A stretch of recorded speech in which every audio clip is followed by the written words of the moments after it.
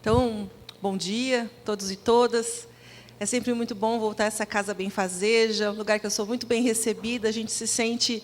Se a gente está meio borocochô, eu acho que vindo aqui, a gente troca essas energias boas com esses sorrisos queridos e agradáveis, esse ambiente todo fluidificado no bem e na luz, seguindo o nome da casa, né? Bom, antes de falar sobre o tema que eu pensei para a gente debater um pouquinho hoje, não tenho como não falar da explosão de fofurômetro dessas crianças, né? E aqui me cabe também fazer uma reflexão. Eu queria que todo mundo refletisse sobre isso também, né? Sobre o nosso movimento espírita. Eu sei que a gente passou por um turbilhão, né? Bem mais complexo aí recentemente, onde as casas espíritas ficaram vazias, não é? Não por vontade, mas por necessidade momentânea. Estamos hoje numa casa lotada, o que é muito gostoso, enche os olhos. Tenho certeza que a espiritualidade também, né, fica muito feliz com a presença de todos. Mas ainda a gente precisa lutar muito, né? Esse retorno, a gente viu que, apesar de hoje essa casa estar cheia, porque é uma casa muito abençoada, a gente que conversa com o pessoal da USE, com o pessoal da FEB, a gente percebe que a presença física das pessoas no espiritismo, no momento espírita, teve um abatimento considerável, sobretudo crianças e jovens. Sobretudo crianças e jovens. Então, é uma coisa que preocupa muito, porque onde estão essas crianças? Onde estão esses jovens? Não é? A gente precisa realmente fazer um esforço muito pessoal, independentemente da faixa etária, para a gente sensibilizar essas crianças, esses jovens, de virem para a casa espírita, de aqui estarem, como muitos estão, muitos jovens lindos e lindas, como essas crianças hoje estão, mas ainda é um número muito pequeno, né, do que poderia ser. Porque a gente cuida muito do corpo, vai para a academia, e são coisas mais materiais. E isso, conversando com uma colega minha, que é psicóloga e que também é espírita, ela falou assim, eu ouso dizer que isso é um sintoma muito ruim. Porque quando a gente vê as pessoas nas redes sociais se importando tanto com o corpo físico, que é muito importante cuidar do corpo físico, mas se vê se importando mais com o corpo físico e a ausência na casa espírita, a gente fica medindo e pensando em que medida as prioridades estão acontecendo. É muito importante cuidar do corpo, né? Ficar saudável, isso é ótimo, é importante e é uma recomendação doutrinária, inclusive. Mas a gente não pode esquecer de alimentar o nosso espírito. E a gente vê tão poucos jovens e tão poucas crianças na casa espírita, é um pouco revelador das prioridades, não é? Claro que isso, e é importante dizer também uma coisa, não estou aqui atribuindo a culpa às crianças, aos pais, aos adolescentes. Não é isso. É uma forma da gente pensar conjuntamente, né, como a gente estimula, como a gente retoma essa presença física, esse interesse por Jesus entre crianças e adolescentes. Então, não é falar, você está errado, é o que eu, como adulto, posso fazer para que, então, essas crianças e jovens se sintam inspirados, se sintam motivados, queiram caminhar por este caminho, né, do Evangelho de Jesus. Então, eu acho que é um esforço coletivo. Às vezes eu vejo adultos falando assim, esses jovens não têm mais jeito. Não é assim. Assim a gente afasta as pessoas, né? A gente tem que estender a mão e chamar. E é com sorriso, é com abraço, é com exemplo, é com a mudança dos nossos comportamentos. E isso vai fazer com que os jovens falem assim, nossa, o que fulano vai fazer naquele lugar lá, que fulano é tão bacana, que fulano é tão legal comigo? Poxa, eu quero conhecer esse lugar, esse ambiente, né? Porque a pessoa é tão maravilhosa comigo, puxa, o que ela está aprendendo lá? Eu também quero beber um pouco disso, né? E a criança vem, e aí o jovem vem. Então, acho que me cabe, depois dessa explosão de fofurômetro aqui, de saber que são crianças que agora também estão lá ouvindo, né, refletindo sobre o Evangelho de Jesus no seu limite de compreensão, né, mas que a semente está sendo plantada para um futuro. Elas estarem aqui cuidando dessa questão espiritual de outras crianças e jovens e não nos desatendendo, né, enquanto nós estaremos mais maduros, é bem reconfortante. Bom, eu trouxe hoje uma história. Deixa eu ver minha hora aqui, porque senão me puxam a orelha, viu? Aqui o pessoal é bem rígido. Eu trouxe uma história que provavelmente muitos que já leram o livro Boa Nova conhecerão. Mas eu acho que, em alguns momentos, de tempos em tempos, eu retomo esse debate dessa história, do capítulo 8 do livro Boa Nova, porque eu acho que ela, bom, assim como a doutrina espírita, ela não desatualiza. E a história de um apóstolo de Jesus, de um discípulo de Jesus, que é Bartolomeu. Quando a gente conta os 12, coitadinho do Bartolomeu, ele sempre fica lá no final, né? É o último. É João, Pedro, falta um. Quem é? É o Bartolomeu. E olha que injustiça, né? O Bartolomeu, de todos, eu sempre achei que era o mais parecido com a gente. Porque tem realmente apóstolos muito incríveis, né? Pessoas que você vê que são pessoas já que fizeram as escolhas que fizeram, que têm uma envergadura espiritual incrível, e suas histórias são missionárias, nos inspiram, né? É sempre bom lembrar que quando a gente vê um missionário, a gente fala assim, nossa, nunca chegarei aos pés dele. Não, a gente vai chegar no mesmo nível que Jesus, por exemplo, né? Claro que Jesus estará mais para lá, né? Mais avançado. Mas a gente vai chegar lá. Até o mais vil criminoso um dia atingirá a perfeição de Jesus. Não é doido pensar nisso? É muito doido. Mas essa é a lei da evolução, não é? Então, veja, mas Bartolomeu ele tinha uma característica ótima. Quem aqui nunca acordou um dia de manhã, do nada, e sentiu uma tristeza estranha, assim, um ruim? Mas não está acontecendo nada de diferente de ontem. Tipo, hoje estava bem, hoje está tudo mesmo, não aconteceu nada. De onde vem esse negócio? Então, a história de Bartolomeu fala isso. Então, vou contar a história para vocês. Um dia, na casa de Simão Pedro, todos os discípulos estavam reunidos. Fizeram lá um alimento muito nutritivo. E era essa noite muito quente. Eu não sei como foi a noite em Araraquara, mas em São Carlos pegou fogo à noite.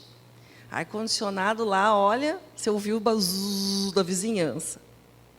Era uma noite como essa, na casa de Simão Pedro. Estava todo mundo lá dentro, envolvido nas tarefas domésticas, entre alimentação, limpeza e outras coisas mais. Fora da casa de Simão Pedro, tinha uma frondosa árvore, muito grande, muito bela. E Bartolomeu, então, fez as suas responsabilidades ali dentro e se retirou, porque ele estava num dia assim. Ele estava com uma tristeza que ele não conseguia explicar de onde vinha. Então, eu me identifico super com essa, né? Não sei vocês, mas eu, às vezes, me dá um borocochô, assim, um borocochamento, né? Então, estou eu lá, está lá Bartolomeu, triste, sem saber por quê. Quando, quem se aproxima do lado de Bartolomeu? Ninguém mais, ninguém menos que Jesus. Aí eu paro a história de novo. Imagina, você num dia de baixo astral, se afasta um pouco para ficar um pouco mais, se recolher internamente, e quando você olha do lado, parece Jesus. A boa notícia é que Jesus está lá. É que a gente espera que a gente possa pegar, né, abraçar, né, mas ele está lá. Então, essa é a boa notícia. Nesses momentos de solidão, nesses momentos de tristeza, nesses momentos de angústia, Jesus está ali do nosso lado, assim como estava do lado de Bartolomeu. Mas, naquela época ali, nessa história, ele estava ali, de corpo presente. E Bartolomeu olha e vê ali naquela oportunidade de falar mais intimamente com Jesus. Imagina, gente, que tudo. A boa notícia, de novo, a gente pode falar intimamente com Jesus, porque ele está do nosso lado. E aí, olha só, né? Essa passagem é muito bela, porque ela tem nuances e frases que são muito reveladoras. Jesus chega perto de Bartolomeu, que o percebe entristecido, e lhe pergunta: o que se passa no seu coração, Bartolomeu? Você acha que Jesus precisava perguntar o que estava acontecendo? Não. Mas é o bom e velho exercício de oportunidade da gente vocalizar aquilo que vai no nosso coração. A gente vai falar um pouquinho disso mais adiante aqui. E Jesus pergunta para Bartolomeu: o que passa no seu coração? Bartolomeu, até então, achava que essa tristeza que o perseguia, que ele não sabia de onde vinha e que era recorrente em seu coração, em seu sentimento, era muito pequeno para trazer isso para Jesus. Porque diante de tantas coisas que Jesus via, fazia, prelecionava, chegar perto de Jesus e falar assim, nossa, estou triste. Ele achava que era muito pouco. Falar, não vou fazer o cara perder tempo com isso, né? Mas naquele momento ele sentiu que era o momento de falar isso para Jesus. Senhor, é normal a gente sentir essa tristeza que a gente não sabe de onde vem? Senhor, por onde eu olho, vou repetir as palavras de Bartolomeu. Para onde eu olho é a vitória do crime, o jogo das ambições e a colheita dos desenganos. Quem não olha para o lado e não percebe uma coisa assim?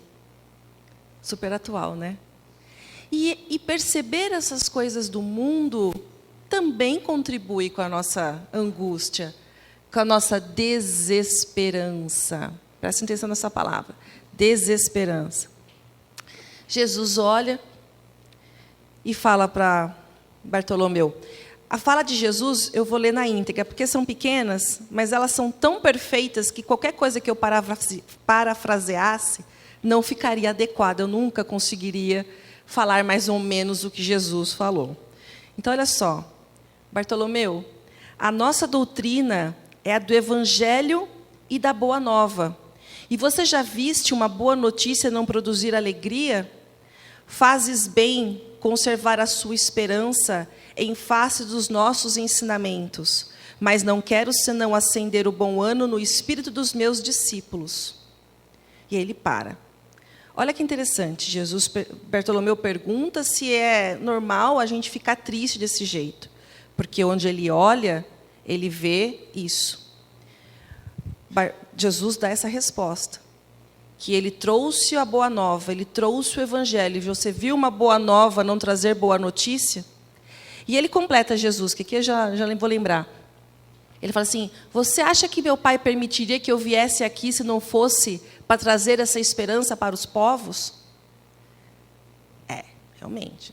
Né? Se fosse aqui só para dar uma passada e falar um oi e ir embora, não faria sentido nenhum. E Bartolomeu vem e fala o seguinte, a única coisa que, às vezes, né, porque ele está num processo de se conhecer, concorda? Essa história é um processo de uma pessoa se conhecendo. É o processo de conhecimento de Bartolomeu, vocês vão ver o final. Às vezes, no auge da minha tristeza, a palavra do Evangelho me conforta.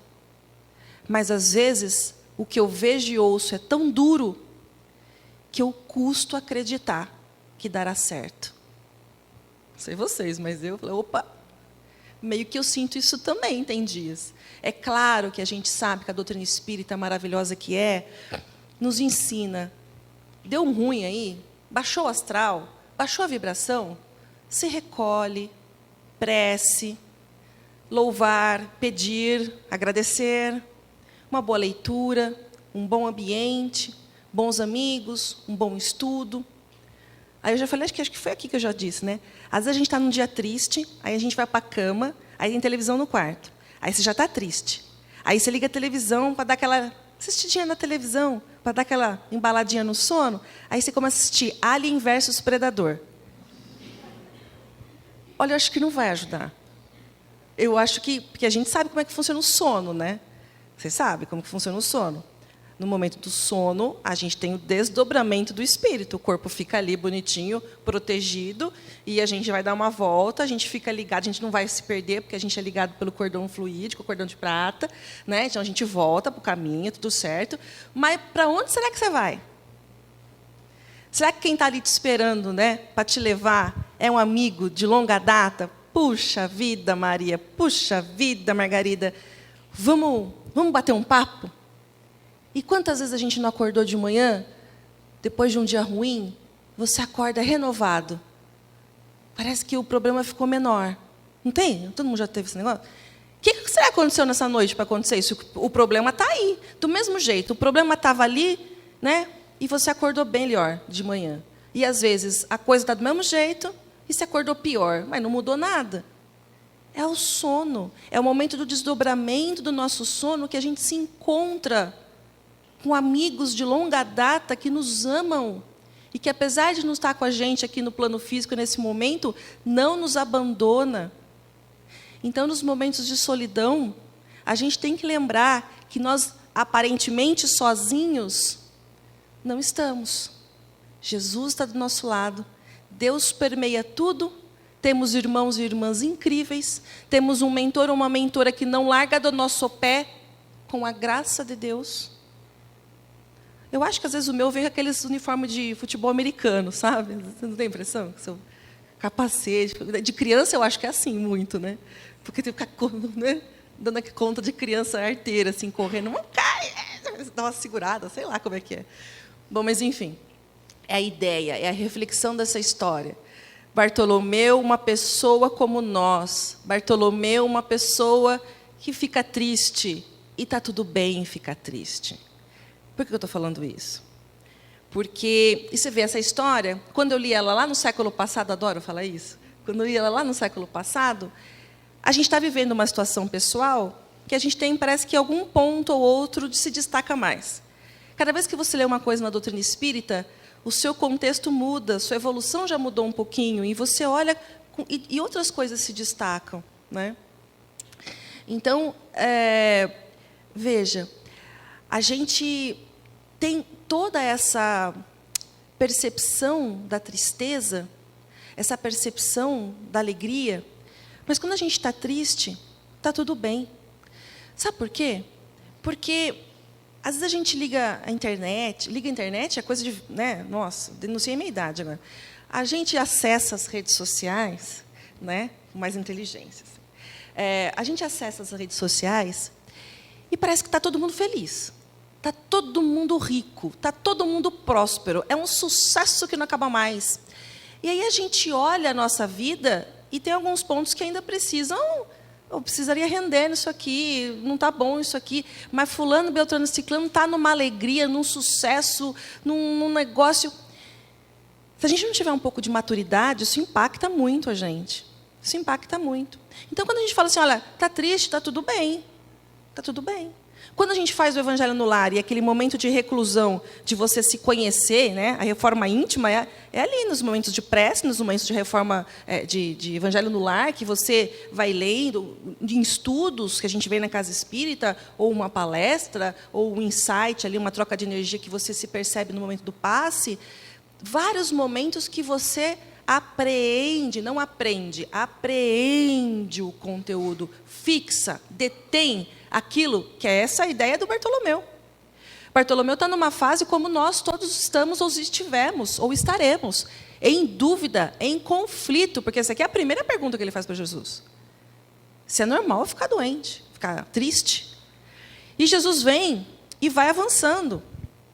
A vida terrestre é uma estrada pedregosa que conduz aos braços amorosos de Deus. O trabalho é a marcha. Então, veja, olha que lindo isso. A vida é uma... Nascemos, morremos. A vida é uma estrada pedregosa. Oh, mas que caramba, né? Não, é bacana isso, porque aqui é encontrar os braços amorosos de Deus. E o trabalho é o caminho. Trabalho não é o trabalho do suor, também é, mas é o trabalho da caridade. É o trabalho do quê? Não só das coisas materiais. Quando a gente pensa em trabalho, a gente pensa em trabalhar e ganhar dinheiro para viver o mundo que a gente vive. O trabalho do... Qual que é mais importante? Ele vai falar aqui depois. O burilamento espiritual. É para isso que a gente está aqui. Comprar uma roupa, comprar um carro, trabalhar, pagar boleto, isso aí é o caminho. Mas o nosso objetivo para chegar nos braços amorosos de Deus é o burilamento espiritual. E aí, quando a gente fala assim... bom, a gente vai falar um pouco mais disso, não vou me atropelar. Mas o tudo bem, está triste, a gente está um pouco se sentindo frustrado, uma fraude. Parece que todo mundo é perfeito, todo mundo é virtuoso e eu não. Está tudo bem, está tudo bem. Porque muitas vezes essa percepção que a gente está tendo da gente é devido a toda uma questão externa que fica falando para você, no subconsciente, de que você tem que brilhar materialmente. Isso é legal, você pode buscar a sua melhoria material, isso não é problema nenhum.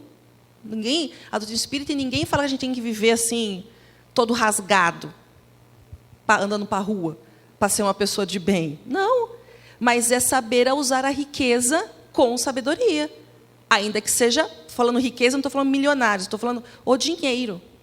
Será que eu posso compartilhar um ovo com alguém? Um sorriso com alguém? Um pedaço de bolo? Quem quiser aqui compartilhar um pedaço de bolo comigo, eu super aceito, sempre.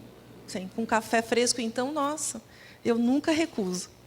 Então, é importante a gente ter esse conforto. A gente precisa, primeiro, se acolher. Jesus, quando dá a resposta, claro, a gente tem só 1 hora, né? Menos até agora. Essa passagem é muito linda de ser lida degustando as palavras de Jesus nas respostas de Bartolomeu. Mas, em linhas gerais, é isso. Está triste? Está tudo bem. Olhe para si. Se conecte com si. Ou se reconecte, né? Busque sua essência. Busque o seu brilho. Feche os seus olhos e ouvidos para o exterior. O objetivo da cura da tristeza é o caminho do trabalho no burilamento espiritual. E muitas vezes a gente se esquece de nós, da nossa essência, da nossa evolução, porque a gente fica aturdido com as coisas do mundo, que são importantes, elas existem e também não poderão ser ignoradas. Mas quem manda em quem? Quem manda em quem? Eu brinquei esses dias com a minha mãe, que a minha filha teve uma febrinha, e aí, coisa alérgica, nada grave, ficou com a minha mãe um dia que não pôde ir para a escola. E aí eu acabei mais cedo num trabalho que eu estava fazendo, fui buscá-la, né? Para desonerar ali a minha mãezinha, que também já tem idade. Quando eu cheguei, minha filha comendo um pote de doce, de colher, assim, ó, casa de vó, né, gente? Antes do almoço. Falei, poxa, mãe, antes do almoço, a resposta da minha mãe, mas ela quis. Aí eu falei assim, quem é o adulto aqui, né? Às vezes eu acho que a gente se comporta meio assim. Eu fiquei pensando naquilo, achei engraçado depois, né? A gente, muitas vezes, sucumbe ao exterior. Mas, em respeito a todo mundo, nós aqui temos um esclarecimento super importante. Não que sejamos maiores que ninguém, mas é um conhecimento que nos capacita, que nos empodera para a resistência. E não é nem só a doutrina espírita que fala isso. Immanuel Kant, que era um filósofo, ele vai falar isso sobre moral e liberdade. O que é liberdade? Você jogou aqui a palavra. O que é liberdade para todo mundo? Um vai falar uma coisa, outro vai falar. São percepções de liberdade. Para Immanuel Kant, liberdade é o fato da pessoa ser totalmente autônoma na capacidade de escolha. E isso a doutrina espírita é Mega Plus Power Advanced. Porque ela é muito boa nisso. Porque é o seguinte, é você ter liberdade para a doutrina espírita, e aí a mesma coisa para Immanuel Kant, um filósofo, lá dos Parequetê do tempo. A liberdade para a doutrina espírita é você ter coragem de você exercitar livremente a sua moral. E aí as pessoas ficam indo moral, ética, é fácil. Ética é aquilo que é comum e reto para todo mundo. Vida, por exemplo. Todo mundo sabe. Ainda o bandido que mata alguém sabe que vida é valioso. Ele vai lá e transgride, mas no fundo, a não ser que haja uma patologia, uma coisa assim, né, mentalmente comprometedora, a pessoa, né, não está em si, ok. Não justifica, mas eu entendo. Mas qualquer pessoa sabe que vida é um bem precioso. Então, isso é ética. Tudo, vida, honra, dignidade, tudo isso é ética. É mundial, é universal. Moral é de grupo. Moral é de grupo. Por exemplo, a gente vive num país ocidental onde os relacionamentos são pautados, ou deveriam ser, pela fidelidade. Não é? Deveria ser assim, porque é moral de grupo. Mas em outros grupos, no mundo, tem casamentos plurais. E quem sou eu para julgar? Ninguém. Quem sou eu? Sou nada. Ok, eu moro aqui, eu acho que é bacana isso. Então, moral é de grupo. Por exemplo, quem nunca lembra numa época, são jovens, não vão lembrar. Talvez o senhor, mas passou raspando ali nessa época. Que as pessoas fumavam em um ambiente fechado. Lembra disso? Não é? Olha só. E era uma moral de grupo. As pessoas, apesar de... Eu não gostava, eu era criança, mas eu não gostava. Aquele negócio é ruim, um cheiro ruim, respeito, mas não gostava. Mas o que eu ia fazer? Era moralmente aceito pelo grupo. Aí, quando o grupo evolui, a moral muda. Se alguém entrar aqui fumando, eu vou dar palestra fumando, vai rolar? Não vai rolar. Ele amorosamente vai chegar para mim e falar assim, olha, aqui a gente não faz isso. Além do que tem uma lei que fala que não pode. Você entende como a moral de grupo muda? E o Kant e a doutrina espírita falam a mesma coisa. Olha que coisa interessante. A liberdade, a gente ter coragem de nos mantermos, porque a moral de grupo é aquela que você faz, mesmo que você estiver sozinho. Se eu chegar aqui, errei o dia de palestra. Era no domingo, eu vim no sábado. Eu não tenho nenhuma atividade no sábado. Quando eu chego aqui esperando todo mundo, tem uma nota de R$200 aqui. Eu olho, não tem ninguém, não tem câmera. E aí? Moral, ou você tem ou você não tem. Não dá para ter moral, horário comercial, das 8 às 18 eu tenho moral. Depois, salve-se quem puder. Não dá, ou tem ou não tem. A moral é aquela, porque depois vira hipocrisia. Você percebe quando a doutrina espírita é encantadora? Porque a gente fica para o exterior, fulano, beltrano. Mas a gente vai na padaria, 6 horas da tarde, tadinha da atendente, com a fila que tá, aí a gente recebe R$1 a mais do troco da moça, e a gente sabe que aquele R$1 vai sair do bolso da moça. Aí a pessoa pega o dinheiro.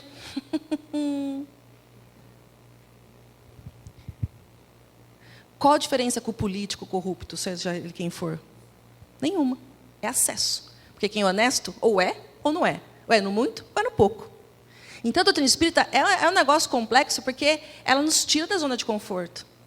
Ela vem e nos sugere comportamentos que, às vezes, a moral do grupinho que a gente vive, por exemplo, a moral de um grupo de criminosos.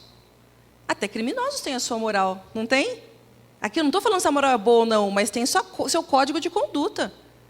Para o traficante que vende toda a carga de droga naquele dia, foi um excelente dia. Para o cara que vende alface, vendeu os alfaces dele, também foi um excelente dia. Você entende? Depende da moral do grupo. Então, a pergunta é, que grupo a gente quer estar inserido e que tipo de moral a gente quer levar para a nossa vida? É por isso que Jesus dá essa resposta. Eu trouxe a boa nova. Eu trouxe a boa nova. E nos momentos de tristeza, porque ele vai falar um pouco mais para frente, eu vou adiantar porque senão não vai dar tempo, e ele vai falar mais para frente porque a resposta de Jesus é imensa. E aí ele vai falar o seguinte, o objetivo, olha que isso que lindo que Jesus fala, o objetivo do evangelho que trago é mudar o coração das criaturas para que depois, então, eu possa mudar o espírito dos povos. Olha o grupo mudando. Olha a moral de grupo. Se esse grupo pactua não fazer isso de errado, não fazer aquilo de errado, não porque é um comportamento de temor religioso, porque a doutrina espírita manda, senão você vai arder no mármore do inferno. A gente não tem isso aqui. A gente trabalha aqui igual o Kant falava, é moral de grupo. Qual é a nossa moral de grupo? Do grupinho de quem? Só de Jesus. Do grupinho de quem? De Eurípides. Não é? De Emmanuel, Joana de Ângeles. Eu ia falar Joana d'Arc. Também. Você entende? É desse grupo que eu quero participar. Não é? Maria Modesto Cravo, Meimei. É desse grupo que eu quero. E qual a moral desse grupo? É assim. Porque a gente vem na casa espírita, muitos vêm pelo amor. Oh, bênção. Muitos vêm pela dor. E por que a gente vem na casa espírita? Porque a gente está com um ponto ali que realmente está um espinho cravado na carne, que aquilo está incomodando, aquilo está difícil.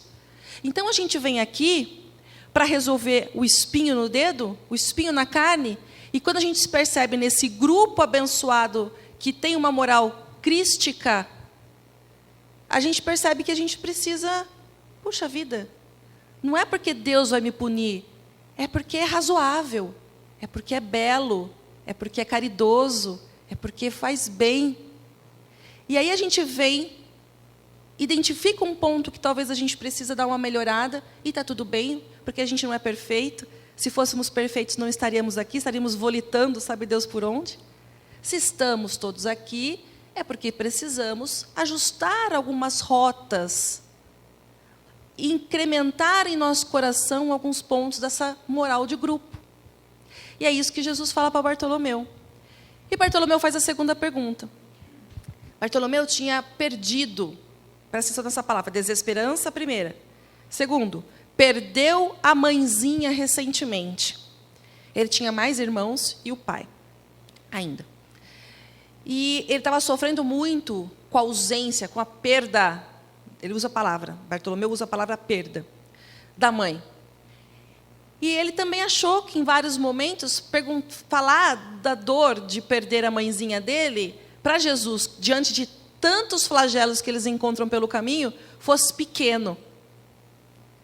Não é. A gente não pode comparar dores, tá? Não faz isso não, é ruim. Cada um tem a sua dor. Tem aquelas pessoas assim, né? Minha mãe que fala, às vezes você encontra pessoas na vida que você pergunta para a pessoa, como é que você está? E a pessoa resolve contar. E às vezes a pessoa vive num ciclo de reclamação. Todo mundo conhece uma pessoa assim. Me compadece, sabe? Porque não deve ser fácil viver num mundo onde não consegue perceber a beleza da vida. Vindo para cá, eu estava ouvindo um podcast, que agora eu sou moderna, né? Agora eu sou moderna, eu ouço podcast. Estava ouvindo um podcast muito interessante. E uma professora de sociologia que estava dando um estudo de um livro espírita.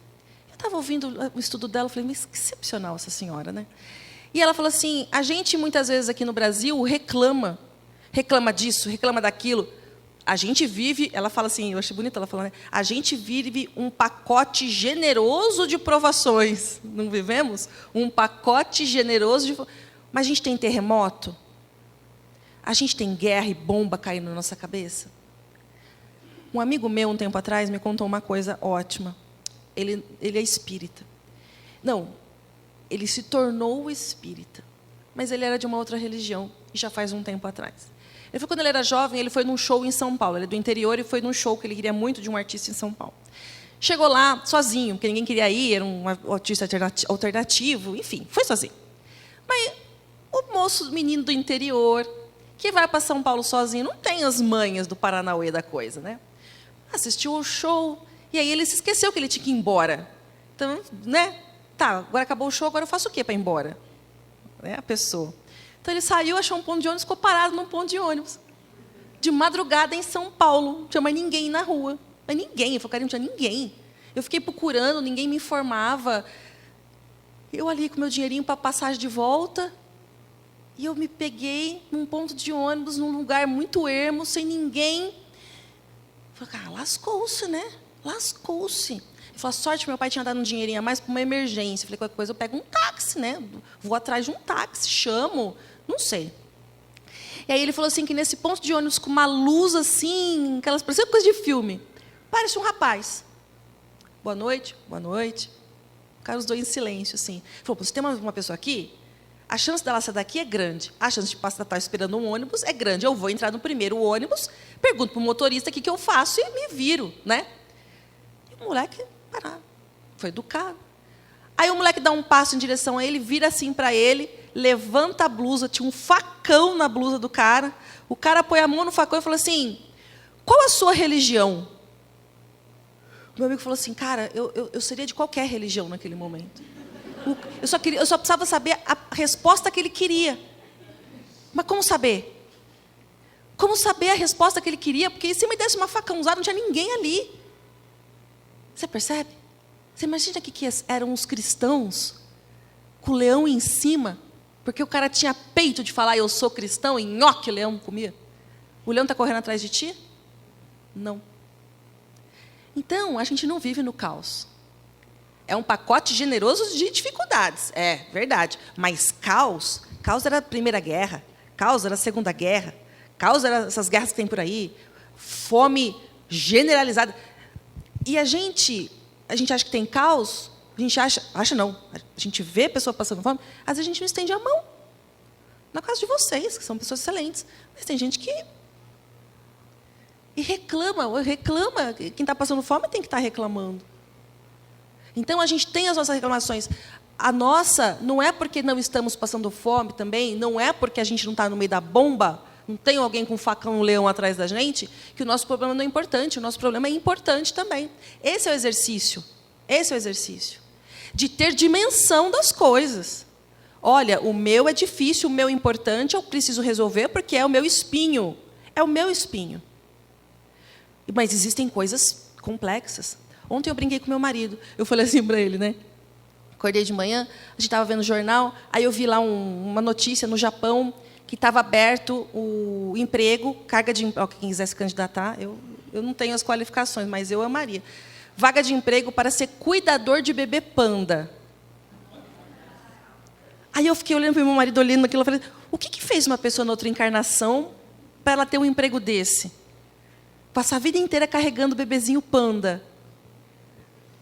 Não, o que essa pessoa fez para ter um emprego desse, né? Porque nessa encarnação você ser cuidador de bebê, porque é feliz, né? Imagina que fofucho, né? Você carregar um bebê panda o dia todo, dar comidinha pro bebê panda.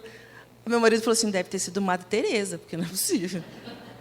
Um emprego desse, vamos combinar que a pessoa está muito feliz. Bom, então, voltando. Bartolomeu pergunta para Jesus se é normal perder, quando ele perdeu a mãe, ficar triste. Todos nós aqui, o destaque para a palavra que não está adequada. Perdermos alguém. E Jesus vem e, de uma forma enfática e amorosa ao mesmo tempo, a resposta é primorosa. Ele fala assim, como você pode pensar isso? Que você perdeu a sua mãezinha, se ela, olha que lindo, se ela simplesmente retornou aos braços do Senhor. Não é?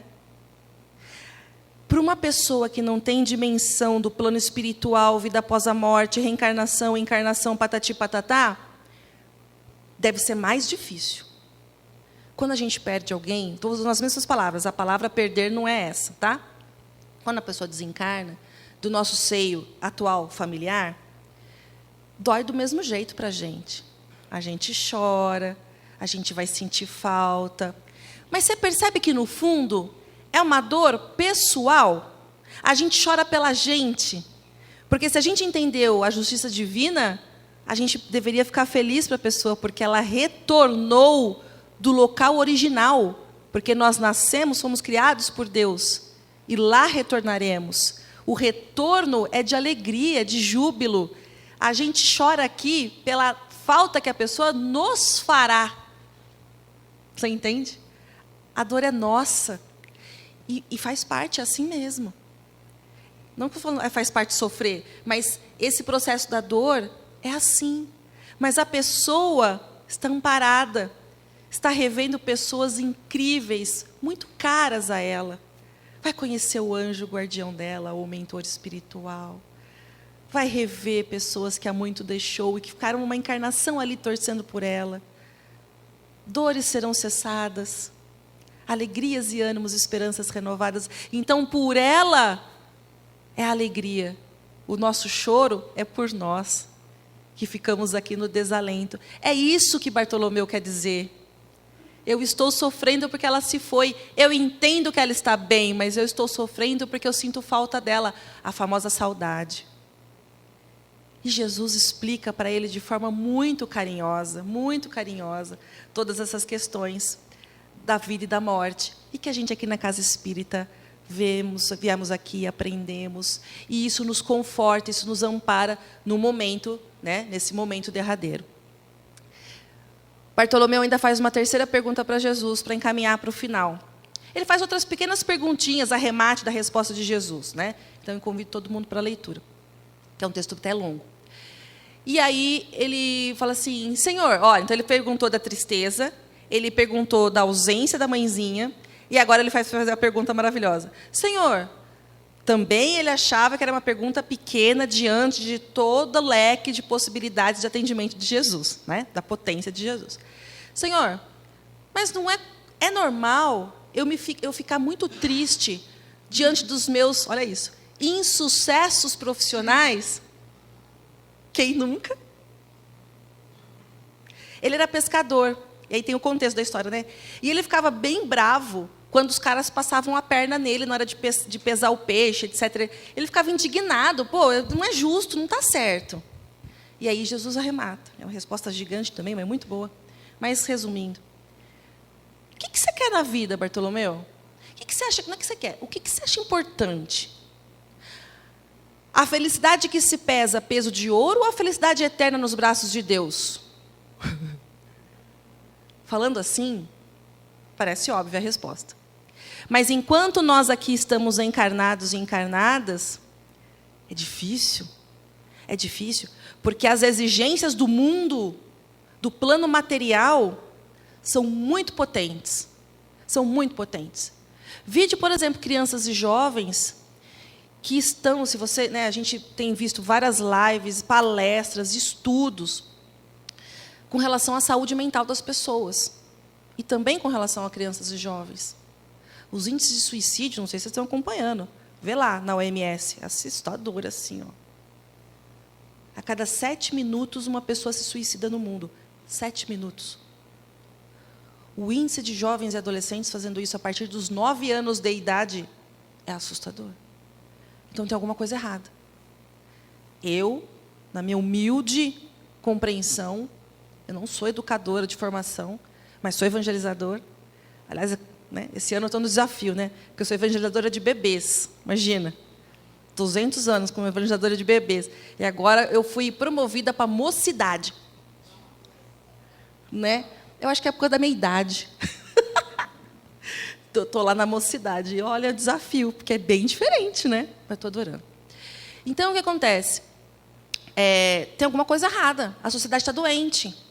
Muitos jovens e adolescentes retratam nos tratamentos, nos consultórios psicológicos, que a pressão de grupo do ter,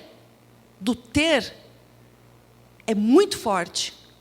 E, às vezes, diante de uma crise econômica, a família não tem o ter. Outros que têm o ter, só tem isso. Só dão. E não se dão. Entendeu? Então, assim, você corre... como é que é? O bicho pega, você correr, o bicho pega, se ficar, o bicho come. Não é? Se você tem uma família que te dá valores... E eu estava vendo um cara especialista da Google, acho, não sei de onde que é, de uma rede grande aí, de negócio de redes sociais. O cara que desenvolve os programas de rede social, ele falou, pelo amor de Deus, não deixe os seus filhos mexer na internet. O cara que faz isso. E aí a repórter falou assim para ele, mas como é que eu blindo uma criança dessa pressão das redes, já que não tem como evitar, gente, entendeu? Esse é um erro dos adultos, é querer que as crianças e jovens de hoje, eu vejo isso porque eu dou aula para graduação. Eu estou naquela jovem a partir dos 18. Eu vejo como é que é. 200 anos eu tenho contato com esse tipo com essa faixa etária. O que sucumbe uma pessoa adulta, mas você imagina o impacto disso numa criança? Autoestima. Autoestima. Valores. Se a criança, jovem, adolescente, se o adulto tiver autoestima e valor moral, aquilo que te... Sabe aquele negócio assim, aquela... Por que muito jovem, adolescente, adulto gosta de fazer parte de gangue, de grupo, de alguma coisa? Porque ele não está sozinho. Você entende? Agora, se ele chega em casa e ele não tem a gangue da família dele, que está ali para qualquer coisa, ele se sente ali abandonado, e o grupo lá fora fala, não, vem aqui que você é um dos nossos, você acha que ele vai ficar onde? Dentro de casa ou fora de casa? A gente precisa ser grupo para os nossos filhos. A gente precisa ser esteio. A nossa casa precisa ser um lugar onde jovens e adolescentes, e nós, adultos, precisamos gostar de voltar. Eu vou voltar para casa. Minha casa é demais. Agora, chega em casa, é julgamento, é apontamento, é brigueira, é não sei o quê. Quem que aguenta? Aguenta um dia, 2 dias, 3 dias, 4, 5, 1 ano, 2 anos, 5 anos. Chega uma hora que fica insuportável. Você fica onde? Para o grupo. E, às vezes, escolhe um grupo com uma moral que te drena. Você entende? Isso, então, a doutrina espírita, os estudos psicológicos de Joana de Ângeles, não são bobagens. A obra da Joana de Ângeles é espetacular nesse aspecto. Porque ela mostra esse desenho. Espiritismo, psicologia, o homem integral, fortalecimento da autoestima. Isso é muito importante. A gente vive um contexto religioso da doutrina espírita, mas filosófico também, não é? Científico também. Então, a gente não pode fechar os nossos olhos para as realidades. A minha educação lá no século passado, adoro falar isso, a minha educação lá no século passado, a educação que meus pais me deram, foi a melhor educação que eles podiam ter me dado, com aquilo que eles aprenderam. Não foi maldade, Teve erros? Hoje eu vejo que teve. Mas vou julgá-los? De jeito nenhum, porque eles conheciam outra coisa? Não. O duro é se soubesse fazer o certo e insistisse no erro. Aí a responsabilidade. Aí a responsabilidade. Não é? Então, eu acho muito interessante a gente também chamar para si e perceber que o tempo de hoje, o mundo de hoje mudou, não é o mundo de 1980. Aliás, aqui abre um parênteses, né? Esses dias eu tomei um susto, olha só. Estava vendo televisão e vi um negócio. Aí eu falei para o meu marido assim, nossa, isso é super década de 80, né? Nossa, já faz 20 anos. Aí me deu... Não, 20 não, faz 40. Aí eu tive noção de quantos anos eu tenho. Eu falei, gente... Para mim, década de 80 faz 20 anos. Eu não sei de onde eu tirei isso. Já se passaram mais 20. Eu falei, onde foram esses 20 anos a mais que eu não me toquei? Né? Já faz 40 anos, década de 80. E aí, para encerrar, eu tenho 5 minutos. Jesus vem e, então, conforta Bartolomeu nesse aspecto. Tá? Eu dei uma derivada, uma atualizada. Uma atualizada que, assim, essa conversa... Eu não estou fazendo de forma literal, mas é o conteúdo da mensagem. Tá? Depois vocês conferem lá, para não falar que eu vim aqui contar uma mentira para vocês. Tá? E, por fim, toda essa conversa aconteceu lá do lado, na casa de Simão Pedro, naquela árvore frondosa, aquela noite quente, agradável, parará, parará. Já era alta madrugada, os discípulos que iam se arrumar ali para dormir, tal. E o Bartolomeu não morava longe dali, dava para ele ir embora. Então, ele foi caminhando. E essa parte da história é espetacular. Porque o Humberto de Campos, ele narra com tanto detalhe que você está ali, caminhando junto de Bartolomeu. É impressionante o nível de detalhe do Humberto de Campos. É impressionante. Eu nem de longe vou conseguir reproduzir. Mas ele fala que enquanto Bartolomeu seguia para a casa dele, ele passa do lado do lago de Genezaré.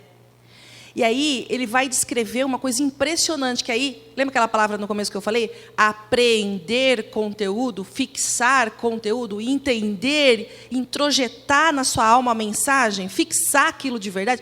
Tem um monte de coisa que a gente lê na doutrina espírita, e da primeira vez, às vezes, meio que, tá, preciso perdoar. Não é fácil um negócio desse, é um processo. Né? Você não sai perdoando de um dia para o outro. É um processo, é um empenho, uma dedicação, né? É um foco, né? Sem culpa, porque culpa paralisa. Culpa paralisa. Ah, estou culpado, abandona isso, vamos mudar isso. Olha, eu preciso me responsabilizar por algumas coisas. Porque a responsabilidade ela é reparadora, a culpa é paralisante. A culpa te deixa assim, ai, não quero falar com a pessoa, ai, não quero ver a pessoa, ai, não vou ligar para a pessoa, ai, que vergonha. Ai, não, isso é péssimo. Não, eu manquei, fiz coisa errada. Vou lá ligar para minha amiga lá, falar, me desculpa, mandei mal, paca. Tem alguma coisa que eu posso fazer para diminuir isso? Ou, pelo menos, a pessoa fala, você não sei o quê. Bom, tudo bem, eu aceito. Só queria aqui te dizer que eu errei, e não estou feliz com isso. E mandei mal mesmo. Vou respeitar o seu momento, você está certa. E vamos aguardar o tempo, né? Quem sabe isso digere e a gente volta a se abraçar. Eu sempre acho que essa conversa tinha que aparecer com uma garrafa térmica de café fresco e um pedaço de queijo fresco, que eu acho que já é meio caminho andado. A pessoa já vai falar, pô, queijo fresco com café? Não posso perder. Odeio ela, mas não posso perder essa oportunidade. Eu sempre acho que funciona uma garrafa de café fresco com um pedaço de queijo fresco. Então, não tem bico que resolva isso. Mas, enfim. E ele descreve que, enquanto ele andava, e ele passou nas margens do lago de Genezaré, ele começou a perceber coisas que até então ele não percebia. E ele se deu conta que a mensagem de Jesus tinha realmente feito sentido na mente dele, no espírito dele. Porque ele conseguia perceber, por exemplo, o cheiro da brisa, que ele nunca, morando lá 200 anos, não percebia. Ele percebia a cor das flores da noite, que ele não percebia. Ele conseguia perceber o barulho das árvores, que ele não percebia. E aí ele faz uma reflexão linda, que ele falou assim, eu entendi a leveza da vida. Porque você percebe que nas 3 perguntas que ele faz, tristeza, perda e dinheiro, que são perguntas muito atuais, e isso estava fazendo com que ele ficasse tão aturdido que ele não percebia a beleza da vida. O louvar, o pedir e o agradecer, que é da prece, a gente só fica no pedir, mas o louvar e o agradecer, às vezes a gente não se dá conta do quantas bênçãos a gente tem, porque estamos aturdidos e aturdidas pelas coisas da tristeza, às coisas da perda e às coisas do dinheiro. E quando a gente vem para o Evangelho e entende a palavra de Jesus, a culpa sai, a responsabilidade bate, mas ela é reparadora. E ela vai nos motivar, porque não estamos sozinhos, estamos felizes, estamos juntos com bilhões de espíritos que somos irmãos. E quando ele chega em casa, tem uma série de detalhes esse trajeto. Quando ele chega em casa, ele abre a porta, já era alta madrugada, os irmãos estavam se reunindo já para preparativo das pescarias, que eles são pescadores, né? Então, madrugada. E quando ele põe o pé para dentro da casa, ele abre a porta, assim, o texto fala, o gonzo da porta toca, os irmãos viram para ele assim, pensa no cachorro solto. Os irmãos falam coisas horrorosas para ele. Onde já se viu você ficar na madrugada na esbórnia? Seu filho ingrato. E o pai, tô aqui viúvo, você me abandona. E ele parado na porta, ganhando aquela matilha solta. Quem nunca tentou argumentar alguma coisa, a pessoa... Qual que é a nossa reação como seres humanos que somos? Eu, pelo menos, vou falar por mim, né? Você engata a primeira... E você quer gritar mais alto ainda para mostrar para a pessoa que ela está injusta com você. É ou não é? O que fez Bartolomeu? Engatou a primeira. Eu não sei, eu nunca tive um carro 4x4. Alguém tem? Me ajuda. Tem um botão que a gente aperta o 4x4? Deve ter, né? Poxa, ninguém com 4x4 aqui para me ajudar? Não posso mais usar esse exemplo até aprender como é que funciona esse negócio. É assim? Tem um botão? Um botãozinho? Tem? Olha, ele sabe. Aperta um botão lá do 4x4. Acho que é isso. Eu engato a primeira, aperto o botão do 4x4 e vai. Bartolomeu fez a mesma coisa. Quando ele engatou e foi para bater de frente com os irmãos, porque ele não era um vagabundo, ele não era um injusto, ele não estava na esbórnia, ele estava com Jesus. Ele precisava falar isso. Quando ele engatou a primeira, ele olhou e ele pensou: eu conheço Jesus, eu conheço o Evangelho, eles não conhecem. De quem é a responsabilidade aqui? De evitar a briga. Aí ele botou em ponto morto, puxou o freio de mão. Não é fácil fazer isso que ele fez. Mas ali é a demonstração que a palavra de Jesus tinha fixado na mente dele. Quanta discussão poderia ser evitada se a gente pensasse, eu conheço Jesus, a pessoa não está no momento normal. Ainda que pareça que ela vai ganhar discussão, bota em ponto morto, puxa o freio de mão, calma. Espera o momento certo. Faz o café, pega o bolo, pega o queijo, chama a pessoa, fala assim, calmou? Agora vamos lá. Eu ensinei minha filha um negócio fantástico, eu vi uma mulher fazendo, rapaz, como muda. Criança, ela tem 5 anos. O senhor conhece, ela já veio aqui, né? 5 anos. O que mais faz uma criança de 5 anos às vezes? Pedir, né? Mas por que ela faz isso? Porque é mal educada? Não, porque o cérebro está em formação. Não tem ainda mecanismos de autorregulação de sentimento. Não entende aquilo que está acontecendo, então, às vezes, destrambelha.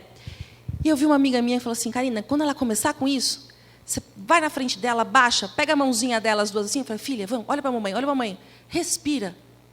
Respira fundo. E ela assim... 2 respiradas. Passou. Então, quando a gente estiver nesse momento, que você abre a porta, vem uma avalanche em cima de ti, pega na mão de Jesus, respira. Respira. Respira. Respira. Respira. Porque a gente vem aqui com a proposta de conhecer Jesus. A gente vem aqui com a proposta de burilar o nosso espírito. E são nesses momentos que somos colocados à prova. E não é fácil, eu sei, gente. A gente vai cair, a gente vai ralar o queixo. Está tudo bem também. É um processo. Lembra? O trabalho é o caminho, o objetivo, Deus, nascemos, fomos criados aqui. Entendeu? Não é o trabalho da enxada só, também é. Mas burilar o espírito é um negócio também dá mega trabalho. E aí, no dia seguinte... a história é longa, né? Ele vai pescar, ele percebe que ele está diferente, então aquelas loucuras dos mercadores não atinge como atingia. É lindo você ver a transformação do ser, assim, né? Mas você vê, mas foi de um dia para o outro. Não, é um processo. Quanto tempo ele não era ninguém, ele não era eu. Eu não sou nada. Ele era um apóstolo de Jesus. Então, a mensagem já estava vindo assim, ó, de drajas em drajas, né? Mas o clique, depois de tanto aprendizado, ele percebeu o aprendizado dele naquela noite. E aí, a final da história é maravilhosa, porque Jesus, no outro dia, estava na beira do lago de Genezaré fazendo a preleção para milhares, e Bartolomeu estava ali, aos pés do Senhor. E aí, enquanto Jesus fazia a preleção daquela manhã, ele olhava para Jesus, e Jesus olhava para ele com aquele olhar de cumplicidade, tipo... não diz, mas eu imagino que Jesus, por ser Jesus, falou assim, eu sei que a ficha caiu. Eu estou vendo que a ficha caiu. Não disse uma palavra, mas o texto te mostra que é isso. Jesus olhava para Bartolomeu e falava assim, eu vi, a ficha caiu. Você entendeu? Foi. Você entendeu o tamanho da coisa. E aí, o final do texto é maravilhoso, porque fala assim, enquanto Jesus me olhava com um olhar de cumplicidade, eu chorei. Ele falou em primeira pessoa. E pela primeira vez na minha vida, as minhas lágrimas foram de felicidade. E não mais de tristeza, como eu chorava até então. Esse texto, gente, precisa ser lido. Ele é lindo, ele é longuinho, mas ele é rico, porque ele é atual. E, invariavelmente, um de nós aqui passamos por uma dúvida dessa tríade de Bartolomeu. Então é isso. Passei 5 minutos, me desculpa aí o pessoal da gravação e transmissão, né? Mas era essa mensagem que eu queria trazer para todo mundo. E se alguém quiser fazer alguma colocação, uma reflexão, a gente fica à disposição, tá bom? Obrigada.